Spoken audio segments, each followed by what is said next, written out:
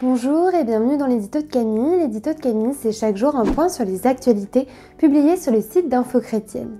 Aujourd'hui, vendredi 23 avril, nous allons parler du changement. Nous allons nous intéresser aux élections présidentielles qui vont bientôt avoir lieu en Syrie. Nous nous tournerons ensuite vers le Royaume-Uni où la BBC vient de diffuser un documentaire qui s'intéresse aux problèmes de racisme au sein de l'Église anglicane. Nous évoquerons ensuite la reconnaissance du génocide arménien par les États-Unis, pour finir avec le témoignage d'un prêtre qui a été attaqué au Nigeria.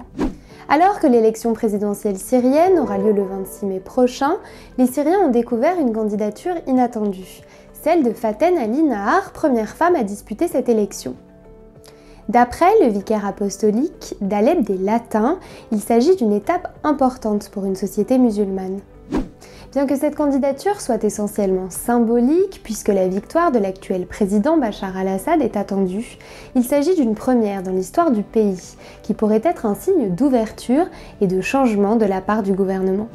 Dans l'église anglicane au Royaume-Uni, il est peut-être temps que les choses changent. C'est ce que révèle un documentaire diffusé par la BBC et intitulé « L'Église est-elle raciste ?»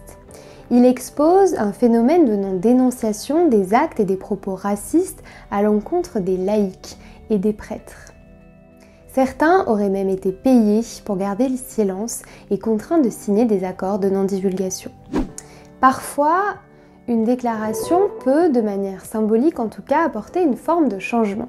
Comme annoncé lors de sa campagne électorale, le président américain Joe Biden devrait officiellement reconnaître le génocide arménien demain.